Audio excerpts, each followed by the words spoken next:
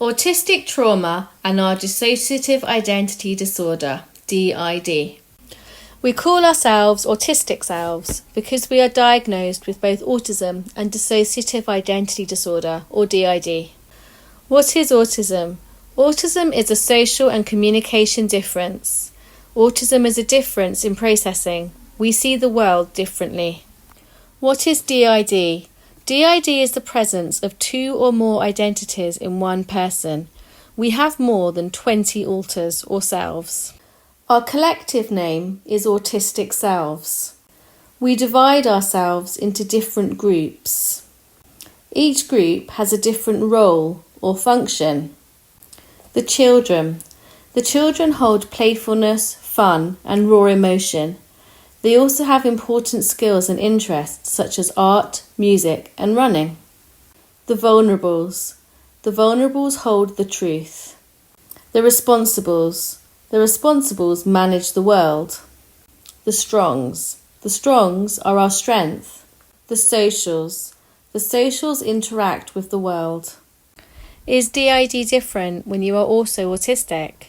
We feel our DID presents differently because we have autism as well. A large function of our DID is to give us order and structure. Why do we describe ourselves as having autistic DID? We feel our DID is different to typical DID because it is caused by a different type of trauma from trying to fit into a non-autistic world. We call the type of DID we believe we have autistic DID. In our therapy, it's important to consider our underlying autism as well as understanding the type of DID we have and how and why it developed. We feel our DID was caused by autistic trauma and not just traditional trauma. DID is typically thought to be a response to trauma, such as abuse or neglect. We feel our trauma mostly comes from being autistic and trying to fit into a non-autistic world. We call the type of trauma we experienced autistic trauma. What is autistic DID and how is it different to typical DID? Typical DID is a coping mechanism to survive traumatic experiences. Autistic DID is a coping mechanism to survive overwhelming experiences. Growing up not knowing we were autistic caused us autistic trauma.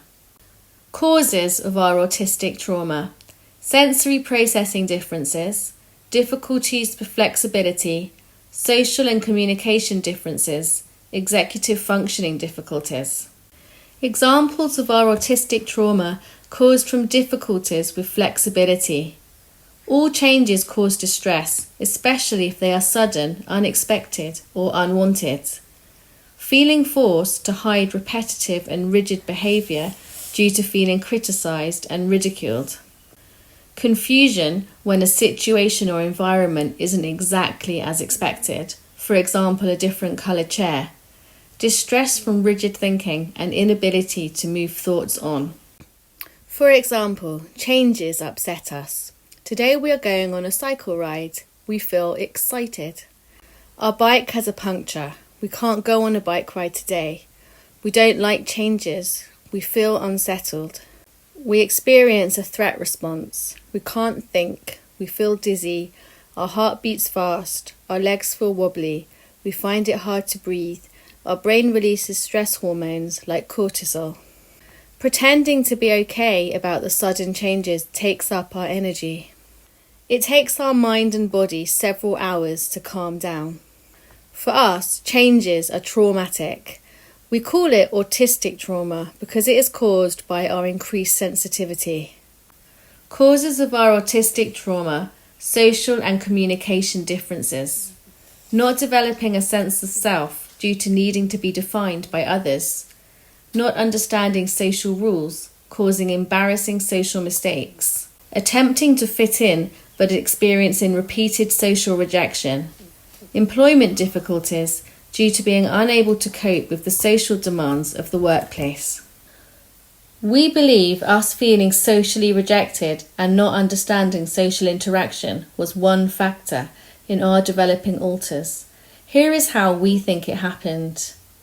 These are some thoughts we experience when we're feeling socially rejected. What did I do wrong? No one likes me.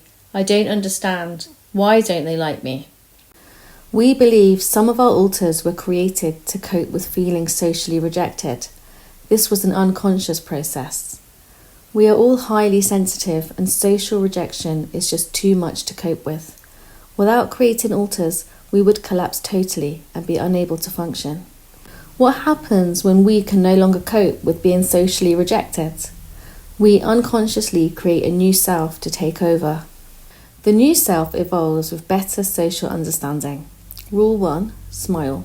Rule 2, answer, don't just laugh when asked a question. The new self has no memory of social rejection and so is initially resilient. Why are they walking away from me? I'll just follow them until they talk to me. Is she trying to talk to us? I'm afraid so. Just ignore her and she'll go away. The self that has been replaced goes to sleep inside. For us, our many selves remain dormant until they started to emerge in our 20s. When the new self can't cope, a new one will emerge again and again and again. Even now, we still sometimes create new alters. When no one in our system can cope, a new alter will emerge. For example, this is Marianne. She's an alter that evolved in the last year. Marianne manages our money.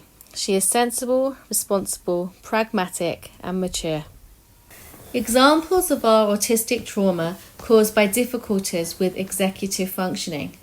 Struggling to leave the house because it's so hard to get organised. Feeling judged because of difficulties in executive functioning.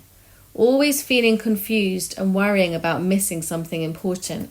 Feeling distressed and embarrassed when important meetings are forgotten.